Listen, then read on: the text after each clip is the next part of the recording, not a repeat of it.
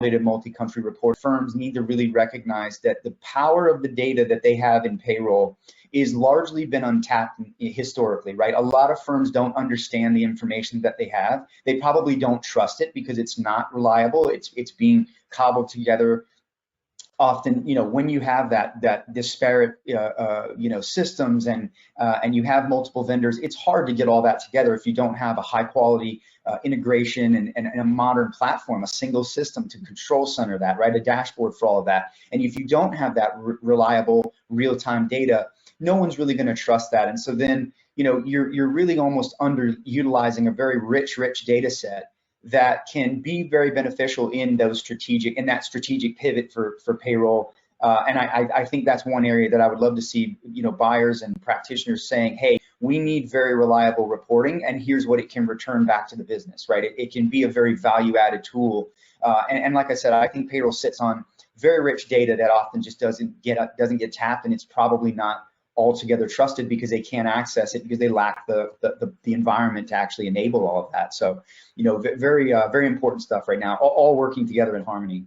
A buzzword that came out of COVID that you hear a lot, right? After the pandemic kind of eased a little bit and things were a reality, and we realized we weren't going back to normal, and that was the word agility. And that data creates a lot of agility, and the on-demand reliability of real-time data that you can trust, that is globally consolidated and shows you a viewpoint of your whole organization, is so very vital, right? I mean, you can't create that agility without that data. And so that's something that I think that organizations need to look at. That's the value in this, right? Is the agility that it will ultimately provide the business, is having reliable access to payroll data, which is, we talk about data a lot as analysts, right? Being the new oil, right? You see all of the major companies that are the top of the Dow or the most profitable. They're the data companies, right? Your Googles, your Facebook, your big tech.